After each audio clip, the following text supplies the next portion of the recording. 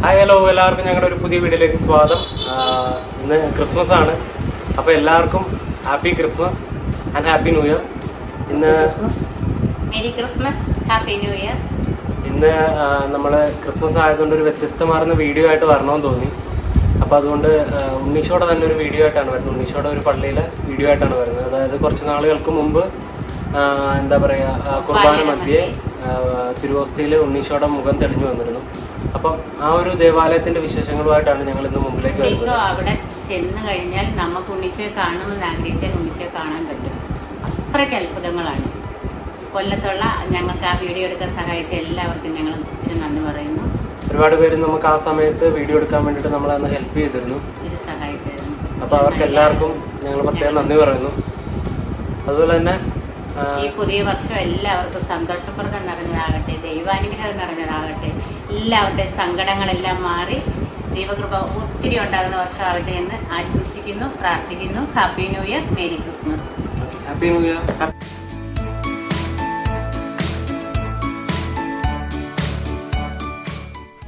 അത്യുന്നതങ്ങളിൽ ദൈവത്തിനു മഹത്വം, ഭൂമിയിൽ സന്മനസ്സുള്ളവർക്ക് സമാധാനം. മാലാഖമാർ പാടി ഉണ്ണിയേശുവിൻ്റെ പിറവിയെ ആട്ടിടയന്മാർ അറിയിച്ചു. അന്ധകാരത്തിൽ കഴിഞ്ഞിരുന്ന ജനതയ്ക്ക് പ്രകാശത്തിൻ്റെ പൊൻപ്രത്യാശ പകർന്ന കീർത്തനം നമുക്ക് പൊൻപ്രകാശവും അനുഗ്രഹീതമായ പ്രത്യാശയുമാകട്ടെ. 2023 അനുഗ്രഹിക്കപ്പെടേണ്ട വർഷമായി മാറുവാൻ മൂതാക്കര ഉണ്ണിയേശുവിൻ്റെ തീർത്ഥാലയത്തിലേക്ക് നിങ്ങളെ എല്ലാവരെയും ഞങ്ങൾ ക്ഷണിക്കുന്നു. സാഹചര്യത്തിൽ ഒരു കൊച്ചു ശിശുവിനെ കണ്ട് അതിൻ്റെ പുറമെ നടന്ന് വാടി പള്ളി ഗേറ്റ് താണ്ടി റോഡ് കടന്ന് വാടി ജംഗ്ഷനിൽ ചെന്ന് ആ ബോഡി ശിശു ചെന്ന് കയറിയത് മൂതാക്കര പള്ളിയിലാണ്. പള്ളി ചെന്ന് കയറിയപ്പോൾ പൂട്ടിക്കിടന്ന പള്ളി വാതിൽ തുറന്നു. പഴയ പള്ളിയായിരുന്നു. അവിടെ കയറി അച്ഛനും കയറി തീർന്നപ്പോൾ കതവ് പൂട്ടി. അപ്പോൾ അച്ഛന് ഒന്നും മനസ്സിലായില്ല. അന്നേരം വീണ്ടും അച്ഛൻ തിരിച്ച് വന്ന് കിടന്ന് മേടയിൽ വന്നിരുന്ന് ആലോചിച്ചിട്ടിരുന്നപ്പോഴാണ് ഇങ്ങനെ ഉറക്കത്തിൽ ആ സ്വപ്നം കാണിച്ചത്.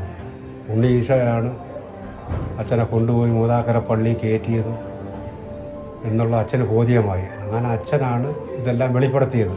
മാർസൽ പാലീസ് അച്ഛൻ, അയാൾ ആലപ്പുഴക്കാനാണ്. ഇപ്പോഴുണ്ടോ എന്താണെന്ന് അറിയത്തില്ല. അച്ഛൻ മരണപ്പെട്ട് കാണും.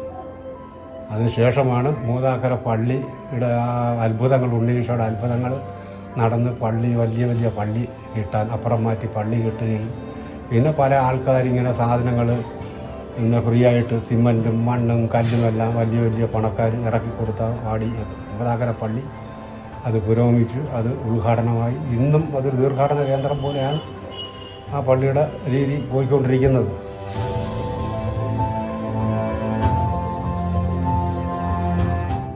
ആദ്യമേ തന്നെ ഒന്ന് പറഞ്ഞോട്ടെ, ഞങ്ങൾ വീഡിയോ പകർത്തിയതിലുമൊക്കെ ഒത്തിരി മുകളിലാണ് അവിടെ ചെന്ന് കഴിഞ്ഞപ്പോൾ ഞങ്ങൾ കണ്ട അനുഗ്രഹങ്ങൾ.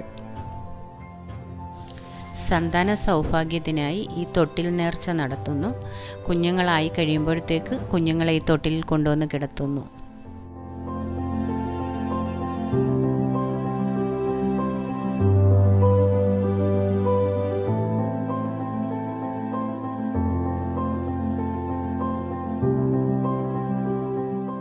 അപ്പോൾ ഞാൻ ഉണ്ണീശുവിൻ്റെ ഭക്തനാണ്. ഉണ്ണീശുവിന് വേണ്ടി എല്ലാ ആതുര സേവനങ്ങളും ചെയ്യുന്ന ഒരു വ്യക്തിയാണ്. അതിലെനിക്ക് സന്തോഷമേ ഉള്ളൂ. ഉണ്ണീശുവിൻ്റെ നാമത്തിൽ ഒരു തമിഴ്, ഞങ്ങളുടെ പഴമ മൂതാക്കരയിൽ ഏറ്റവും കൂടുതൽ ആൾക്കാർ ഇവിടെ കുർബാന മാത്രം മലയാളം, ബാക്കിയുള്ള നാൾ വഴികളായിട്ടുള്ള എല്ലാ നൊവേനയും പ്രാർത്ഥനകളെല്ലാം തമിഴിലായിരിക്കും. അങ്ങനെ ഉണ്ണീശുവിൻ്റെ നാമധേയത്തിൽ ഇവിടെ തീർത്ഥാടന കേന്ദ്രമായി മാറിയിരിക്കുന്ന ഇതിനെക്കുറിച്ചൊരു പാട്ട് ഞാൻ പാടട്ടെ.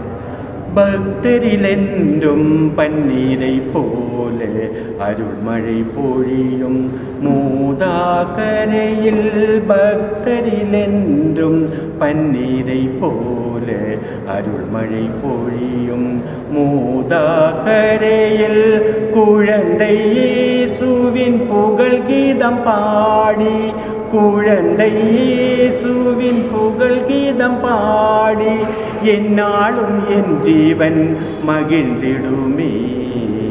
பக்தரிலென்றும் பன்னீரை போல அருள்மழை பொழியும் மூதாக்கரையில்.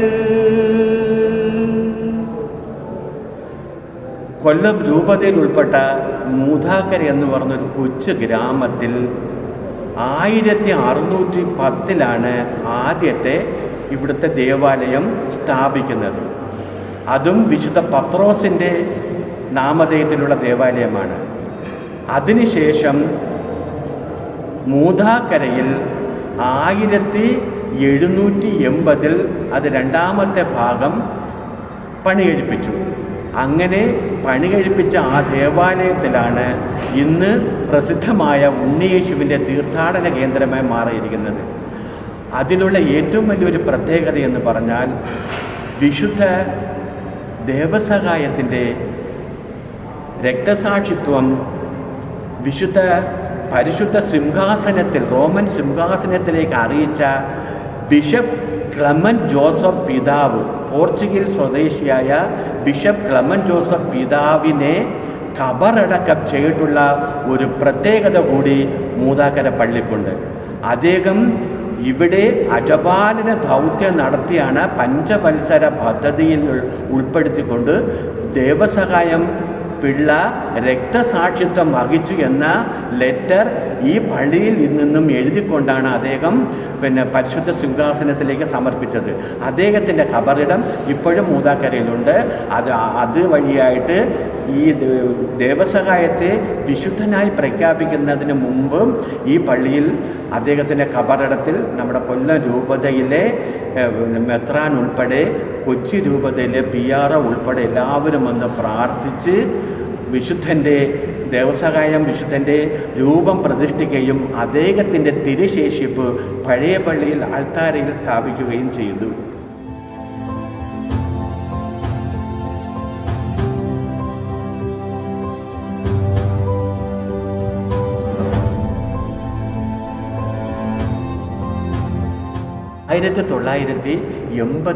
കാലയളവിലാണ് ഇവിടെ ലീജൻ ഓഫ് മേരി എന്ന് പറയുന്ന ലീജൻ ഓഫ് മേരിയിലെ കുറേ വൃദ്ധരായ അമ്മമാർ ഉണ്ണിയേശുവിൻ്റെ രൂപം ഇവിടെ കൊണ്ടുവന്ന് സ്ഥാപിച്ച് പ്രാർത്ഥന തുടങ്ങിയത്. അങ്ങനെ പ്രാർത്ഥിച്ചു കൊണ്ടിരിക്കുന്ന സമയത്ത് അന്നത്തെ ഇവിടുത്തെ മൂതാക്കരയിലെ ഇടവക വികാരി ആലപ്പുഴ സ്വദേശിയായ മോൺസിഞ്ഞോർ മാർഷൽ പാലിയത്തായിരുന്നു. അദ്ദേഹമാണ് ഞങ്ങളുടെ മൂതാക്കരുടെ ആത്മീയ ഗുരു. അപ്പോൾ ഇവിടെ അങ്ങനെ പ്രാർത്ഥിച്ചുകൊണ്ടിരിക്കുന്ന സമയത്ത് ഈ പഴയ അവിടെ ഒരു ഹിന്ദു സ്ത്രീ പള്ളിയുടെ തൊട്ടടുത്ത് താമസിച്ചുകൊണ്ടിരിക്കുകയായിരുന്നു. അവർക്ക് തിരി കച്ചവടമാണ് ചെയ്തുകൊണ്ടിരുന്നത്. ആ സമയത്ത് ഒരു ദിവസം ക്രിസ്മസ് സമയത്ത് ഉണ്ണിയേശുവിൻ്റെ രൂപത്തിൻ്റെ മുൻപിലായിട്ടാണ് നമ്മുടെ പുൽക്കൂട് സെറ്റ് ചെയ്യുന്നത്. അങ്ങനെ സെറ്റ് ചെയ്ത് അവർ കിടന്നുറങ്ങുന്നത് ഉണ്ണിയേശുവിൻ്റെ നേരെ കടൽപ്പുറത്താണ് അവർ കിടന്നുറങ്ങുന്നത്. ഒരു ദിവസം അവർ കിടന്നുറങ്ങിയപ്പോൾ പള്ളിക്കകത്ത് ഒരു കൊച്ചു കുട്ടി കരയുന്ന ശബ്ദം കേട്ടു. അപ്പോൾ ഇവർ അങ്ങോട്ടിങ്ങോട്ട് നോക്കിയപ്പോൾ ഒന്നും മനസ്സിലായില്ല. പിന്നെയും അവർ കിടന്നുറങ്ങി.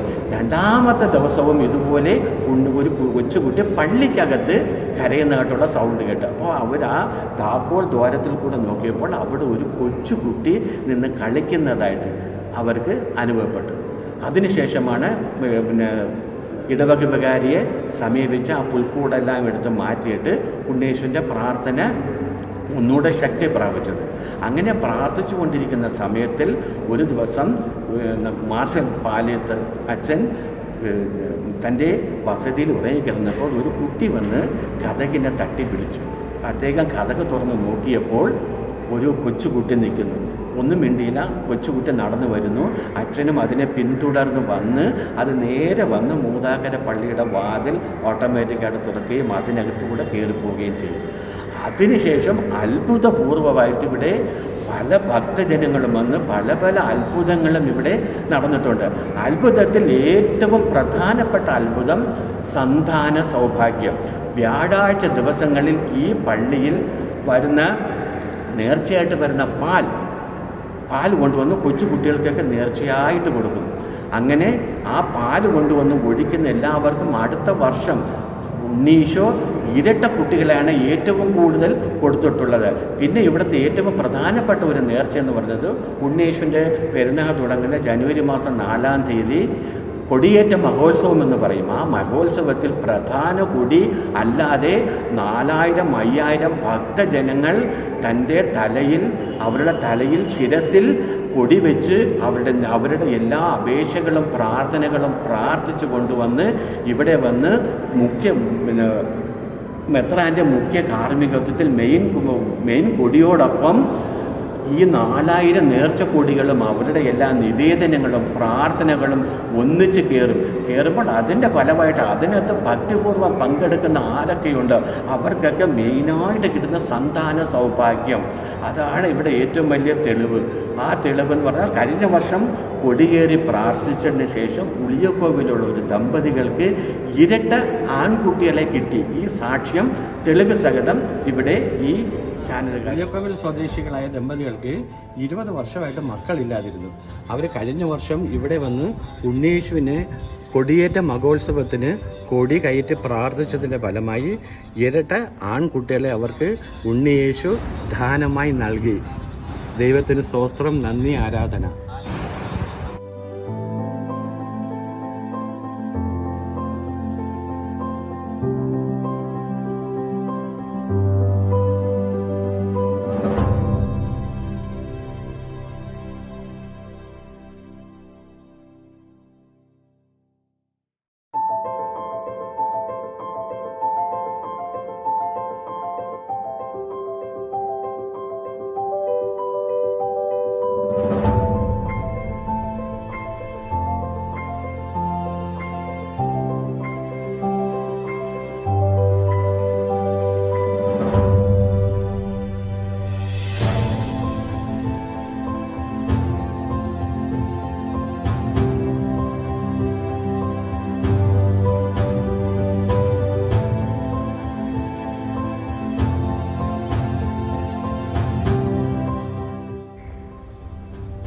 മുദാക്കര സെൻറ്റ് പീറ്റേഴ്സ് ദേവാലയത്തിൽ 2013 ജനുവരി 10 വിശുദ്ധ കുർബാനയുടെ ആരാധന മധ്യേ തിരുവോസ്തയിൽ ഉണ്ണീശോയുടെ രൂപസാദൃശ്യം തെളിഞ്ഞു വന്നതാണ് ഈ കാണുന്നത്.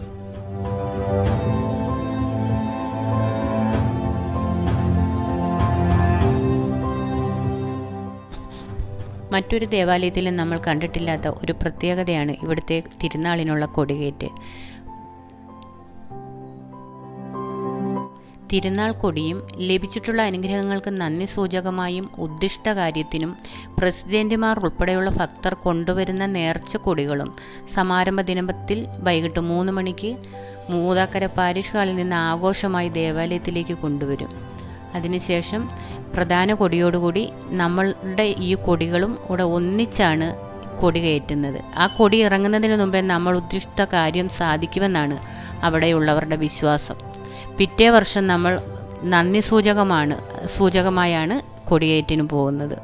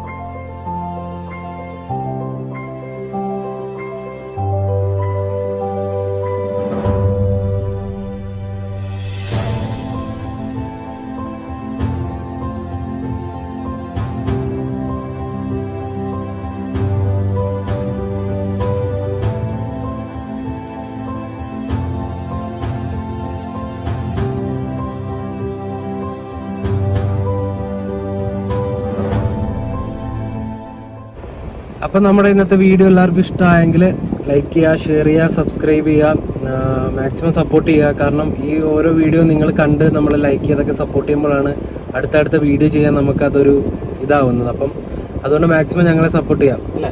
ലൈക്ക് ചെയ്തിട്ട് കാണണം കേട്ടോ. ഓക്കെ, ഇതുവരെ സബ്സ്ക്രൈബ് ചെയ്യാത്തവരുണ്ടെങ്കിൽ സബ്സ്ക്രൈബ് ചെയ്യണം, ഷെയർ ചെയ്യണം. ഈ ഉണ്ണീശോടെയൊക്കെ എല്ലാവർക്കും കാണിച്ചു കൊടുക്കണ്ടേ? ഷെയർ ചെയ്ത് അപ്പോൾ ഓക്കെ, അടുത്ത വീഡിയോയിൽ കാണാം. ബൈ.